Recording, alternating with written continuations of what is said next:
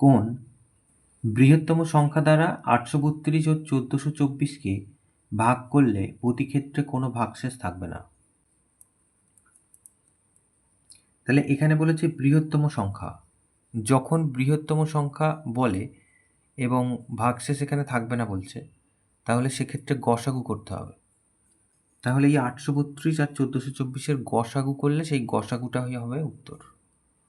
তাহলে 832 আর 1424 এদের গসাগু আমরা করব, ভাগ প্রক্রিয়ায় করি। তাহলে বড়টাকে ছোটটা দিয়ে ভাগ করা শুরু করলাম।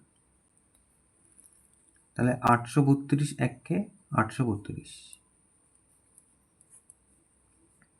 তাহলে 2 এখান থেকে 9 ঘর, হাতে 1, 11 9, 9 আর 5 14। এইবার এরকম দাগ দিয়ে এই ভাজক এখানে চলে আসবে। আবার ভাগ করব,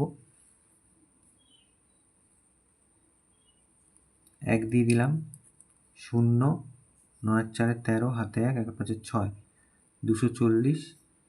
আবার ভাজকটা চলে আসবে নিচে। তাহলে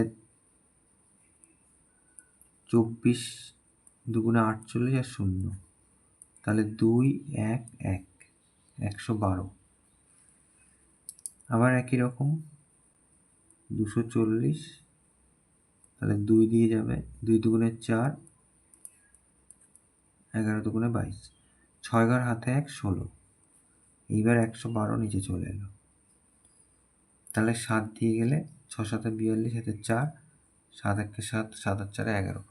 তাহলে এই যে মিলে গেল হচ্ছে 16 দিয়ে, তাহলে 16 হচ্ছে গসাগু।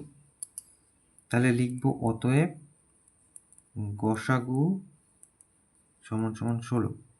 আর বৃহত্তম সংখ্যা তাহলে কত? তাহলে সেই বৃহত্তম সংখ্যা হলো 16। তাহলে অতএব নির্ণেয় বৃহত্তম সংখ্যাটি 16, এটা উত্তর।